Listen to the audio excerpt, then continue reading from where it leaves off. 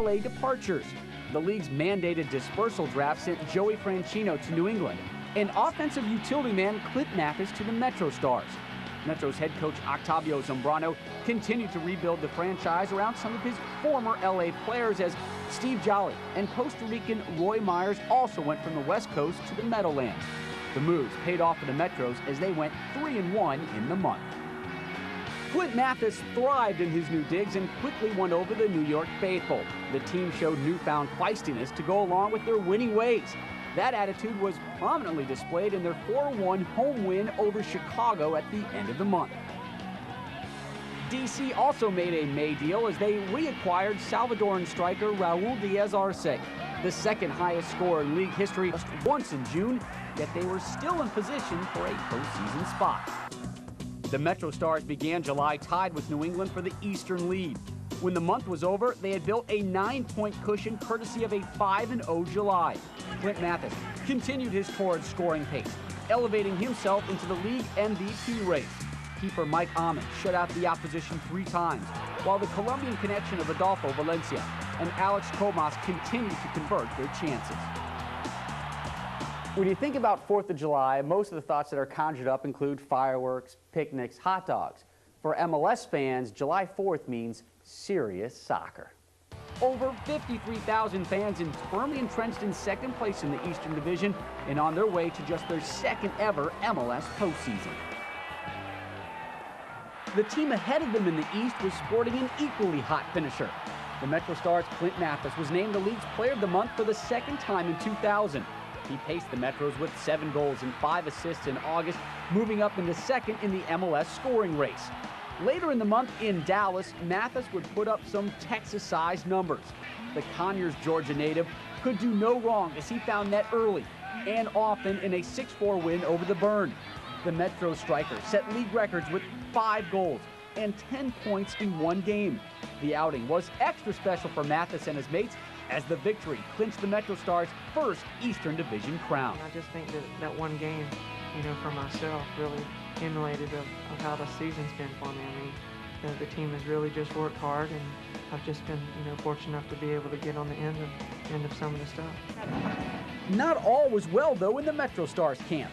Keeper Mike Amon, who was in the midst of his finest campaign as a pro, had his regular season come to an abrupt halt as a result of this collision with Tampa Bay's 6'2", 195-pound Mamadou Diallo. No foul was called on the play, but the damage had been done. 2 fractured ribs and a punctured lung forced Amon to spend several nights in a Tampa hospital. Doctors said he was out 8 to 12 weeks or the remainder of the MLS season. Diallo would complete the game with a hat trick, including the golden goal winner for the Mutiny. And there's Diallo!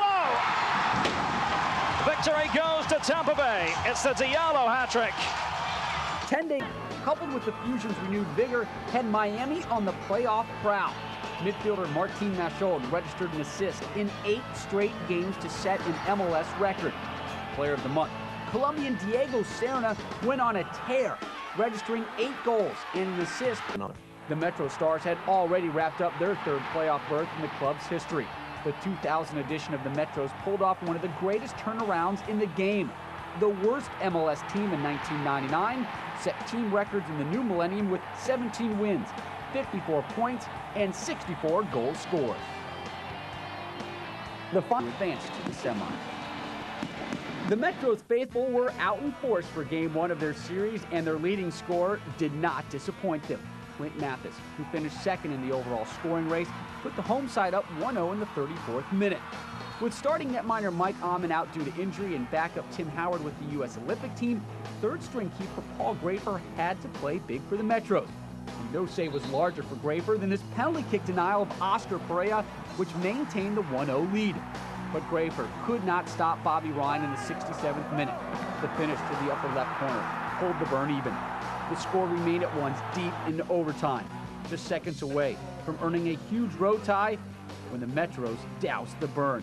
Adolfo Valencia's 100th minute winner past Matt Jordan ignited the Metrolands crowd and put the MetroStars just 1 win away from their first semifinal berth. Game 2 was in Dallas's Cotton Bowl, the scene of Clint Mathis's record-setting 5-goal outburst in late August. Mathis didn't go for 5 this night, but 2 would do. His volley off the Roy Myers service. His second goal of the postseason gave the MetroStars all they needed. In the 80th minute, Mathis sealed the deal with his rebound conversion. The Metros had swept Dallas for their first playoff series win in club history. They would take on the Fire to determine who would be in D.C. on October 15th for MLS Cup 2000. KC and L.A.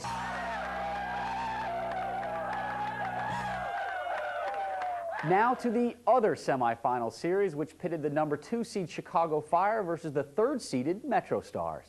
The Barn Burners were treated to another dominating performance by Chicago.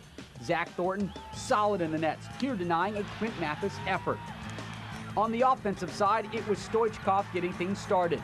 Dima Kovalenko down the right wing, and his drive worked its way through a series of MetroStar defenders right to Stoichkov, his 3rd of the postseason, 1-0 Fire.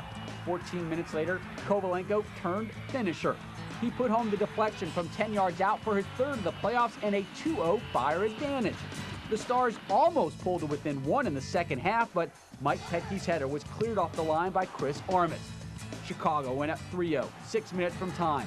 Teenager DeMarcus Beasley dribbled around Paul Grafer and fed Ante Razov for the easy tap-in. The Stars had been charred, but they had a surprise to unleash on the Fire in Game 2. Out since August as a result of his collision with Mamadou Diallo, MetroStars starting keeper Mike Amon made a dramatic return between the pipes. His presence provided much-needed inspiration for the Eastern Division champs. The MetroStars lit the scoreboard first. Mark Chung's initial volley blocked, but his rebound effort found nothing but net. Goal! Mark Chung! And the MetroStars lead! The far post hammer past Zach Thornton made it 1-0 for the home team. Amon was not tested much, yet he was more than up to the few Chicago challenges. In the 77th minute, he denied Ante Razov's effort. Then moments later, Stoichkov was refused an equalizer with an acrobatic stop. 6 minutes from time, Clint Mathis threaded a sweet ball to Adolfo Valencia, and the big Colombian put it far post for the 2-0 win. Amon had just 3 saves, but his emotional return forced a decisive Game 3 back in Chicago. A chilly night in Chi-Town was the setting for what all Game 3 should strive to be like. In just the 3rd minute, Fire defender C.J. Brown knocked in a Stoichkov corner to put the home side up 1-0. Later in the first half, Stoichkov made it 2-0 with an epic strike. Whacks one! Oh, it's a goal, baby! MetroStars did not roll over. A minute later, defender Mike Petke drove deep and played a square ball to Valencia. His effort trickled by Thornton, and we had a 1-goal game. 4 minutes after that, it was Valencia again. Confusion in the Fire box until the Colombian brought order with his 2nd goal upstairs. And just like that, we were tied at 2s at the break. The second half was a physical affair with brief moments of offensive opportunity for both sides. All that changed in the 88th minute. Chris Armas collected the clearance and sent the ball upfield to Razov, who had just beaten the offside trap. The UCLA grad slid home the winner past Amon, and the team from the 2nd city was off to their 2nd MLS Cup game in their brief 3-year history. It was a title game destined to happen. The